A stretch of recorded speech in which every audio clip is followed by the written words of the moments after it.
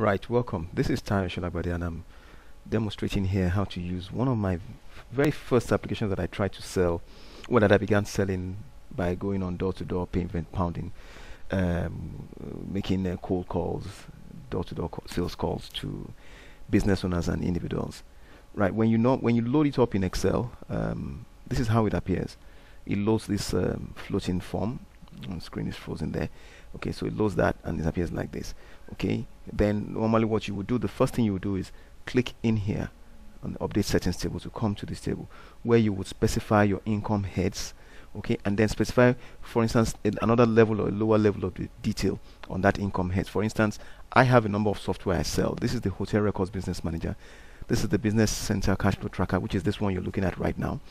And then there are others. And so what I wanted to do was to be able to track the sales from each of them over the period of a year. This was actually data you're going to see here from entries I made in 2008.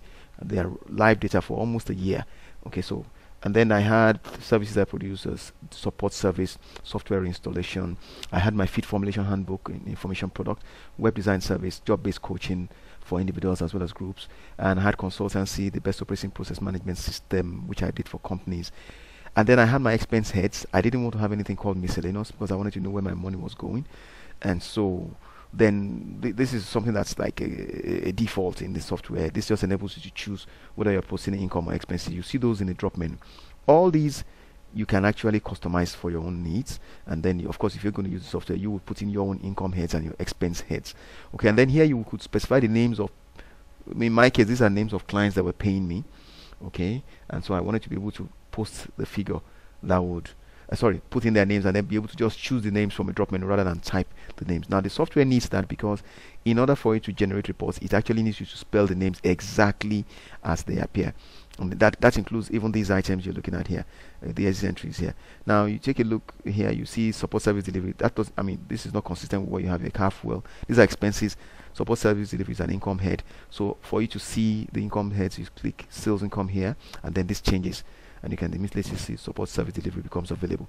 That's if you want to use the in-cell drop menus. I prefer using the automatic data entry form. This is my trademark form. This one is not it's a modeless form. Okay, and so you can see the name of software, the logo, and all of that. And I sold this to quite a number of people, small business owners who had business centers and who just wanted to be able to track money that was going in and coming out. It wasn't anything like formal bookkeeping or accounts, just to be able to know what was happening to money.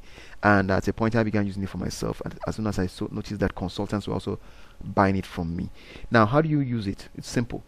You've loaded the form, you need to make an entry, reload. What it does is then goes right to the next available row on the line, on the table that has not been had an entry posted into it. In this case we have 5th of September here. I'm going to delete that. I designed the form in a way that it allows you to almost do virtually everything without having to touch the spreadsheet at all. Then I want to make an entry, so you click the checkbox there, and then I say, okay, let's start with sales income. Okay, now who's going to get the entry? I click on this. That selects the, you notice it selected the column for recipient, and then so who is giving me the money?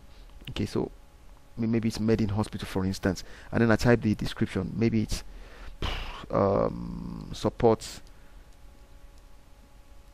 for reinstallation or something. Maybe they had a crashed computer and I had to go in and reinstall. Now you notice the expense outlet drop menu is disabled, so it makes sense for it to be like that. I found out that sometimes the user might just go ahead and post something related to an expense item when the heading says it's supposed to posting for income.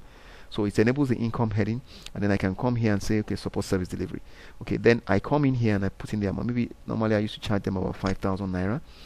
And then how many visits? Just one visit. Okay, that's done. If you take a look behind there, you see this is the entry made. Now it's already extracted the month and the year, and that's going to be useful in generating reports. You will see when we get there. Okay, now let's say assume I want to make another entry. I just click next row. You see, it's just designed to make your life very easy. Now you don't want to type sales income again.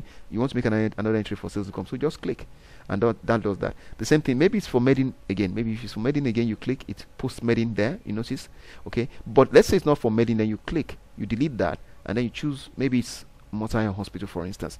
I mean, this time around, you say, what's the entry? You say, okay, maybe you're not sure. Maybe coaching, okay, or training, something like that. for one of the user.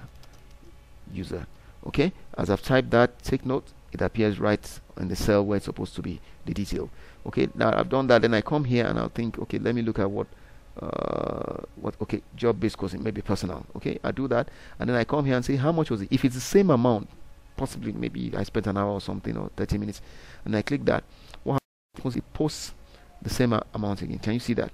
Okay, okay, so that's it. The cash inflow, 5,000. That's it. So it's done.